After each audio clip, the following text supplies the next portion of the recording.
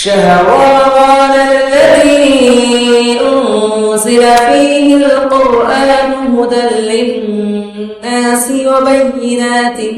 من الهدى والفرقان.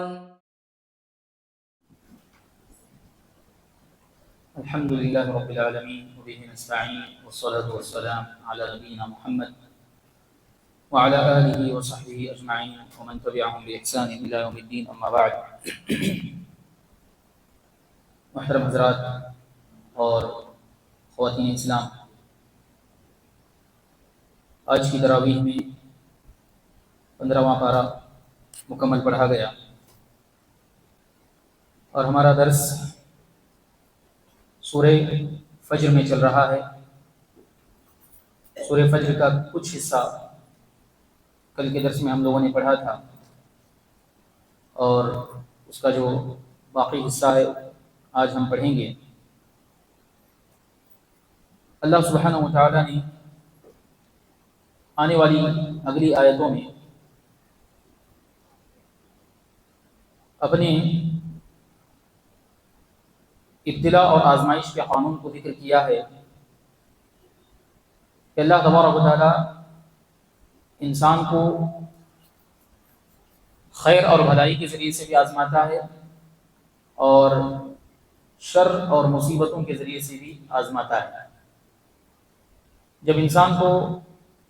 بھلائیاں اور نعمتیں حاصل ہوتی ہیں تو اس وقت انسان کے شکر کی آزمائش ہوتی ہے کہ یہ بندہ شکر بجا لاتا ہے یا اللہ کا ناشکر بنتا ہے. اور مصیبتوں اور پریشانیوں کے موقع پر انسان کے صبر و ضبط کا امتحان لیا جاتا ہے کہ انسان اللہ کے ان فیصلوں پر کہاں تک صبر کرتا ہے.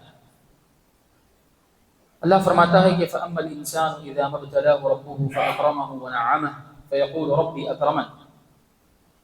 کہ انسان کو جب اس کا رب آزماتا ہے، اسے عزت دیتا ہے، اس کو نعمتوں سے نوازتا ہے، تو انسان کہتا ہے کہ میرے رب نے میری عزت افزائی کی ہے، میرے رب نے میرا اکرام کیا ہے. وَأَمَّا إِذَا مَا ابْتَلَاهُ فَقَدَرَ عَلَيْهِ رِزْقَهُ فَيَقُولُ رَبِّي أَهَانَنِ، اور جب اللہ تبارک و تعالیٰ اس کو آزماتا ہے اور اس کی روزی اس پر تنگ کر دیتا ہے تو انسان کہتا ہے کہ میرے رب نے میری توہین کی ہے اور میرے رب نے مجھے ذلیل و رسوا کیا ہے. یہاں اللہ سبحانہ و تعالیٰ نے ان انسانوں کا تذکرہ کیا ہے جو اللہ کی نافرمانی کرنے والے ہوتے ہیں، جو اللہ پر کما حقہ ایمان نہیں رکھتے ہیں. ایسے انسانوں کا ذکر اللہ تبارک و تعالیٰ نے یہاں پر کیا کہ اس طرح کے لوگ، اس قسم کے لوگ خوشحالی میں بھی اللہ تعالیٰ کی آزمائش پہ پورے نہیں اترتے اور پریشانیوں اور مصیبتوں کے موقع پر بھی اللہ تبارک و تعالیٰ کی آزمائش میں پورے نہیں اترتے. تو پہلے اللہ تبارک و تعالیٰ نے کہا کہ جب اللہ سبحانہ و تعالیٰ بندے کو نعمتوں سے نوازتا ہے، مال و دولت کی کثرت اس کے پاس ہوتی ہے، انعامات کی بارش اس کے اوپر ہوتی ہے، تو انسان کہتا ہے کہ ربی اکرمن، میرے رب نے میری عزت کی ہے. شکر گزاری کے جذبات سے ایسا نہیں کہتا، بلکہ وہ کہتا ہے کہ میں اس کا حقدار تھا، میں ان نعمتوں کا، اس مال کا، اس دولت کا، اس کار کا، اس بنگلے کا، ان سب چیزوں کا میں حقدار تھا اور اللہ تعالیٰ نے مجھے اسی لیے نوازا ہے،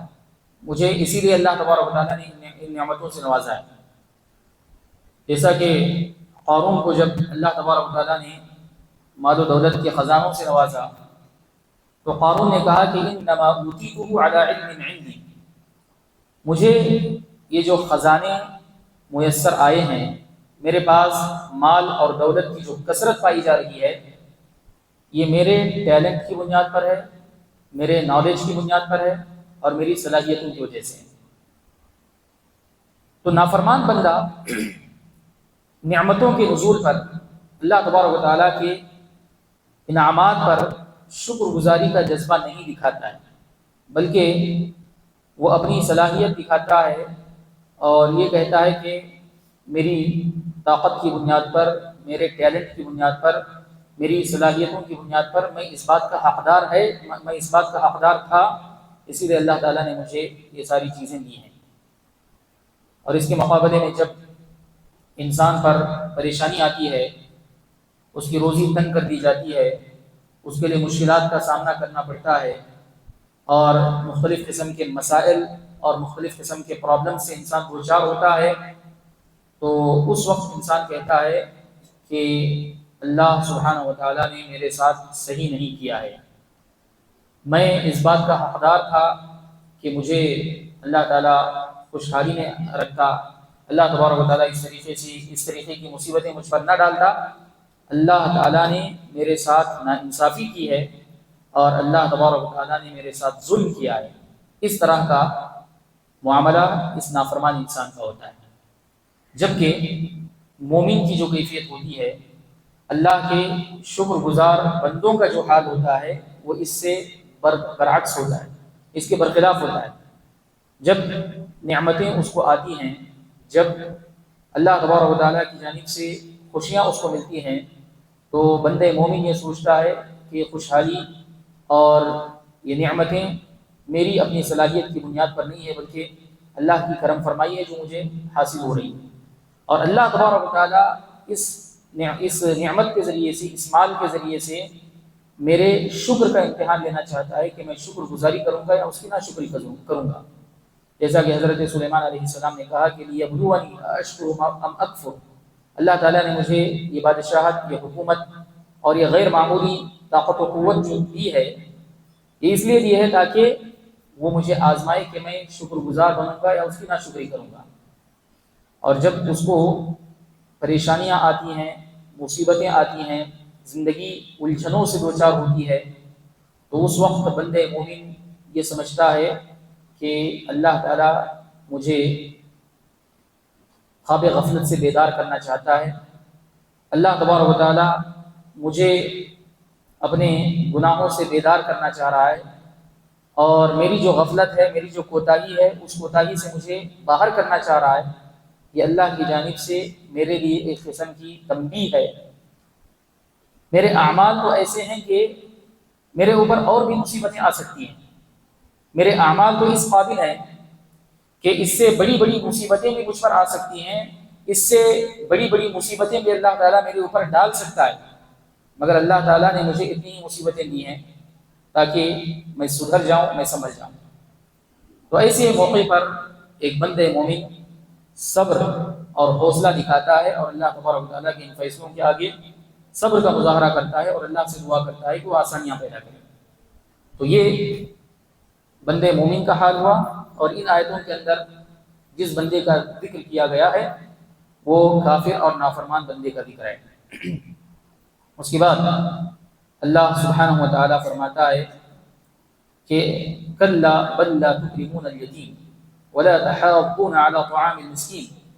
ہرگز نہیں، بلکہ بات یہ ہے کہ تم یتیم کی عزت نہیں کرتے ہو اور آپس میں ایک دوسرے کو یتیموں کو کھانا کھلانے کی ترغیب نہیں دلاتے ہو، مسکینوں کو کھانا کھلانے کی ترغیب نہیں دلاتے ہو۔ وَتَأْكُلُونَ التُّرَاثَ أَكْلًا لَمًّا، اور تم وراثت کا مال سمیٹ کر کھا جاتے ہو۔ وَتُحِبُّونَ الْمَالَ حُبًّا جَمًّا، اور تم مال سے بے حد محبت کرتے ہو، بہت زیادہ محبت کرتے ہو۔ تو اللہ تعالیٰ کا جو نافرمان بندہ ہوتا ہے وہ یہ سمجھتا ہے کہ اس دنیا میں اگر کسی کو دنیاوی مال و دولت اور دنیا کے عہدے اور مناصب حاصل ہو جائیں تو یہ اس بات کی دلیل ہے کہ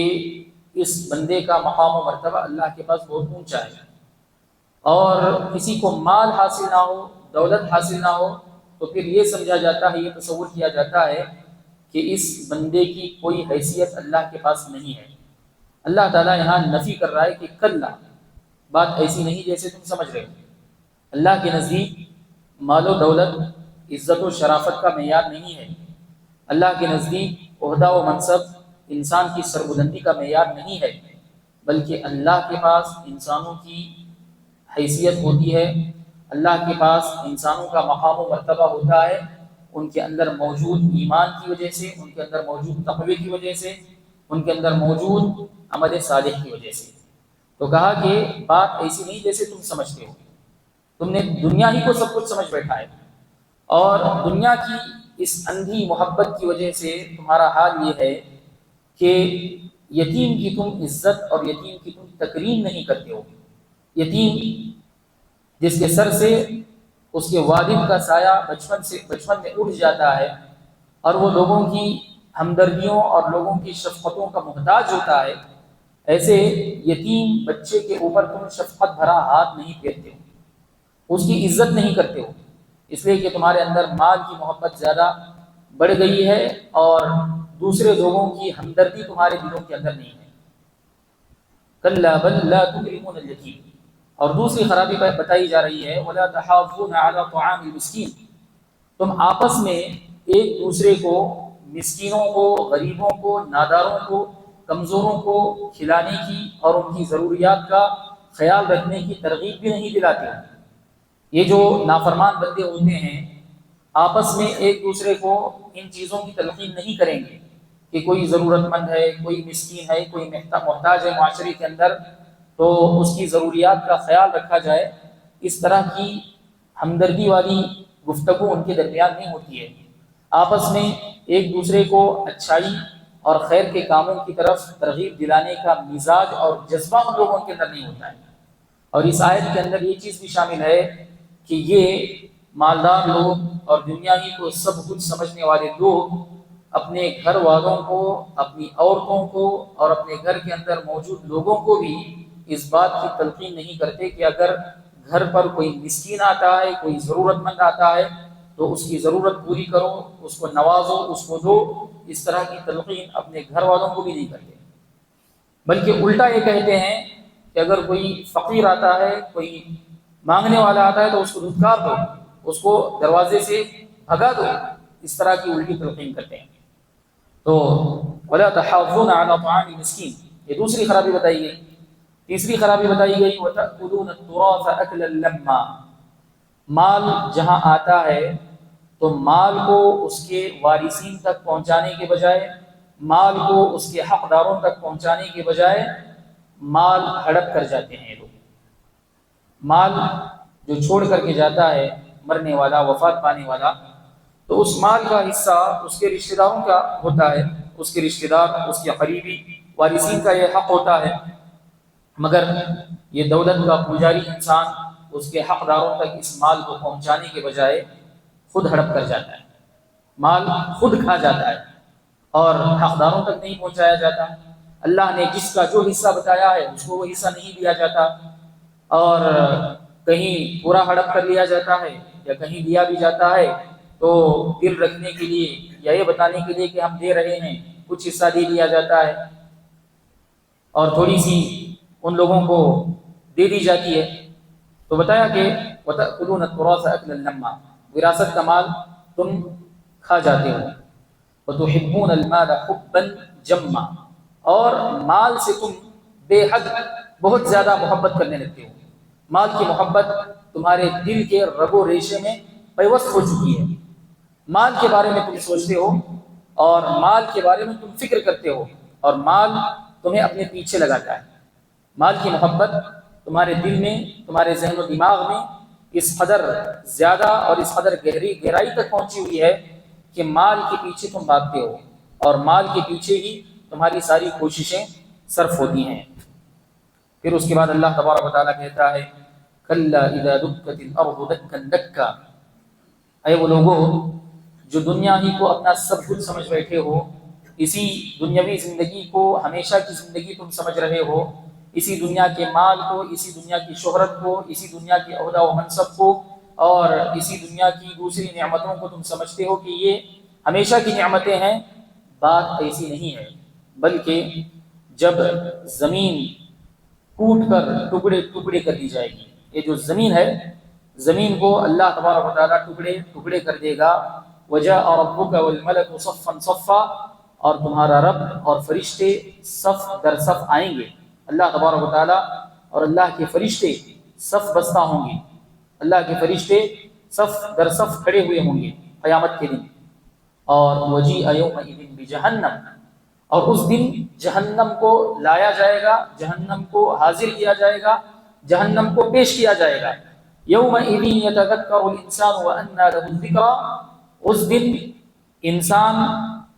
نصیحت حاصل کرنا چاہے گا. وانى له الذکریٰ، اور اس کے لیے نصیحت کا موقع کہاں ہوگا؟ اللہ تعالیٰ یہاں قیامت کی ہولناکیوں کا تذکرہ کر رہا ہے کہ جب زمین اللہ تبارک و تعالیٰ بدل دے گا، زمین چٹیل میدان کی طرح کر دی جائے گی، اس کے اونچ نیچ کو ختم کر دیا جائے گا، اور اللہ تبارک و تعالیٰ اور اللہ کے فرشتے آئیں گے. فرشتے قطار در قطار کھڑے ہوئے ہوں گے، اور اس دن لوگوں کے سامنے جہنم کو لایا جائے گا، جہنم کو پیش کیا جائے گا. اور جہنم کو لایا کیسے جائے گا؟ صحیح حدیث میں ہے کہ قیامت کے دن اللہ تبارک و تعالیٰ لوگوں کے سامنے جہنم کو حاضر کرے گا، تو اس جہنم کے 70,000 اس کے لگام ہوں گے، 70,000 زنجیریں جہنم کے ہوں گی، اور ہر زنجیر کو 70,000 فرشتے کھینچ رہے ہوں گے. کھینچ کر کے جہنم کو لایا جائے گا اور لوگوں کے سامنے پیش کیا جائے گا اور لوگوں کے سامنے رکھا جائے گا. یہاں اس دولت مند انسان کے، اس مال کے پجاری انسان کی آنکھ کھلے گی. یہاں اس کی عقل کو، اس کی ہوش ٹھکانے لگے گی، اور اس دن کہے گا کہ میں نصیحت حاصل کرنا چاہتا ہوں. یومئذ یتذکر الانسان، اس دن انسان چاہے گا کہ نصیحت حاصل کرے. وَأَنَّى لَهُ الذِّكْرَىٰ، مگر اللہ کہتا ہے کہ نصیحت کا موقع کہاں ہے؟ نصیحت کا موقع، سدھرنے کا موقع، سنبھلنے کا موقع اسی وقت تک ہے جب تک تمہاری سانس تمہارے بدن میں رہتی ہے، جب تک تمہاری روح تمہارے بدن میں رہتی ہے، جب تک سانس کا آنا جانا باقی رہتا ہے، اس وقت تک نصیحت حاصل کرنے کا، سدھرنے اور سنبھلنے کا موقع ہے. جیسے ہی روح قبض ہو گئی، جیسے ہی انسان موت کے منہ میں چلا گیا، اب اس کے بعد عمل کا کوئی موقع نہیں رہے گا، اس وقت سدھرنے کا کوئی موقع نہیں رہے گا، بلکہ اس وقت انسان کو اپنے اعمال کا محاسبہ انسان کو کرنا پڑے گا، اور اللہ تبارک و تعالیٰ اس کے اعمال کا حساب لے گا، اور اپنے اعمال کو اور اپنے اعمال کی جزا و سزا کو انسان کو دیکھنا پڑے گا. اور انسان کے بارے میں کہا گیا کہ یقول یا لیتنی قدمت لحیاتی، انسان افسوس کرے گا، حسرت کرے گا، اور کہے گا کہ کاش میں اپنی زندگی کے لیے کچھ اعمال کر لیا ہوتا، میں اپنی زندگی کے لیے کچھ نیکیاں آگے بھیجا ہوتا. یقول یا لیتنی قدمت لحیاتی، انسان کہے گا کہ میں اپنی اس زندگی میں جو ختم ہو گئی ہے، اس آنے والی ہمیشہ کی زندگی کے لیے کچھ نیکیاں کیا ہوتا، کچھ نمازیں پڑھ لیا ہوتا، کچھ روزے رکھ لیا ہوتا، کچھ یتیموں کی، غریبوں کی مدد کر لیا ہوتا، کچھ خیر کے کاموں میں حصہ بٹایا ہوتا. میرے پاس خیر کے جو کام تھے، خیر کے جو راستے تھے، ان راستوں سے میں فائدہ اٹھا لیا ہوتا. اس وقت انسان افسوس کرے گا، اس وقت انسان اپنے ہاتھ ملے گا. یقول یا لیتنی قدمت لحیاتی، اللہ تبارک و تعالیٰ کہتا ہے فَيَوْمَئِذٍ لَا يُعَذِّبُ عَذَابَهُ أَحَدٌ، اس دن اللہ تبارک و تعالیٰ کے عذاب دینے کی طرح کوئی اور عذاب نہیں دے گا. وَلَا يُوثِقُ وَثَاقَهُ أَحَدٌ، اور کوئی شخص اور اللہ تبارک و تعالیٰ کے باندھنے کی طرح کوئی شخص اور کوئی ذات نہیں باندھے گی. جو عذاب اللہ تبارک و تعالیٰ اپنے نافرمان بندوں کو دے گا، اپنے مجرم بندوں کو دے گا، اور جس طریقے سے بیڑیوں کے اندر ان کو جکڑا جائے گا، ان کو باندھا جائے گا، یہ عذاب ایسا عذاب ہوگا کہ اس جیسا عذاب اللہ کے علاوہ کوئی نہیں دے گا، اور اس جیسی کڑی سزا اللہ کے علاوہ کوئی نہیں دے گا. یہ آخرت کی سزا ہوگی، یہ جہنم کی سزا ہوگی، اور آخرت کی ناکامی اور نامرادی ہوگی. اس کے بعد اللہ سبحانہ و تعالیٰ اپنی نیک بندوں کے بارے میں کہتا ہے کہ یا ایتھا النفس المطمئنہ، اے نفس مطمئنہ، ارجعی الی ربک راضیۃ مرضیہ، تو اپنے رب کی طرف لوٹ جا اس حال میں کہ تو اس سے راضی ہے اور اس کے نزدیک تو پسندیدہ ہے۔ فادخلی فی عبادی وادخلی جنتی، تو میرے مقبول بندوں میں شامل ہو جا اور تو میری جنت کے اندر داخل ہو جا۔ اللہ سبحانہ و تعالی یہاں پر نفس مطمئنہ کا تذکرہ کر رہا ہے۔ نفس مطمئنہ کا مطلب ایسا نفس جو دنیا کے اندر ایمان کے ساتھ، عمل صالح کے ساتھ، اللہ تبارک و تعالیٰ کی اطاعت و فرمانبرداری کے ساتھ ایک اطمینان بخش زندگی گزار رہا ہے۔ اس کی زندگی اطمینان بخش گزری، اور اطمینان اللہ کے دین کی وجہ سے تھا، اللہ پر ایمان کی وجہ سے، اللہ کے راستے میں آگے بڑھنے کی وجہ سے، نیکیوں کو انجام دینے کی وجہ سے اس کی پوری زندگی اطمینان سے گزری، اور یہ نفس مطمئنہ ہے۔ اور یہ نفس مطمئنہ جب جنت میں جائے گا تو اللہ تبارک و تعالیٰ آخرت میں بھی اس کو اطمینان بخشے گا، اطمینان فراہم کرے گا، اور کہے گا کہ تو اطمینان کے ساتھ جنت میں داخل ہو جا اور جنت کی نعمتوں سے فائدہ اٹھا، اور جنت میں ہم نے جو کچھ تیار کر رکھا ہے نیک بندوں کے لیے، ایسی نعمتیں جس کو کسی آنکھ نے دیکھا نہیں، کسی کان نے سنا نہیں،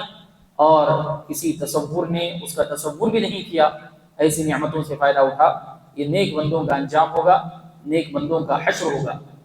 تو انسان اس دنیا کے اندر عمل کا جو موقع ہے، اس موقع سے فائدہ اٹھا کر جیسا عمل کرے گا ویسا ہی انسان بدلہ پائے گا، ویسا ہی پھل انسان کو ملے گا۔ اگر اس دنیا کے اندر انسان برائیاں کرے گا تو برا بدلہ ملے گا، اور اچھائیاں کرے گا، نیکیاں کرے گا تو انسان کو نیک بدلہ اللہ تبارک و تعالیٰ دے گا اپنے فضل سے اور اپنے کرم سے۔ تو ہر انسان کو کوشش کرنا ہے کہ اس دنیا میں آخرت کے لیے تیاری کرے، اور آخرت کے بارے میں سوچے، آخرت کے بارے میں فکر مند رہے، اور اپنی آخرت کو اچھی سے اچھی اور بہتر سے بہتر بنانے کے لیے ہر ممکن کوشش کرے۔ اللہ سے دعا ہے کہ اللہ تبارک و تعالیٰ ہم تمام لوگوں کو ایمان اور عمل صالح کے ساتھ زندگی گزارنے کی توفیق عطا فرمائے۔ اللہ تعالیٰ ہمیں گناہوں سے، معصیتوں سے اور ناشکری سے، نافرمانی سے دوری اختیار کرنے کی توفیق عطا فرمائے۔ آمین، وآخر دعوانا الحمد للہ رب العالمین۔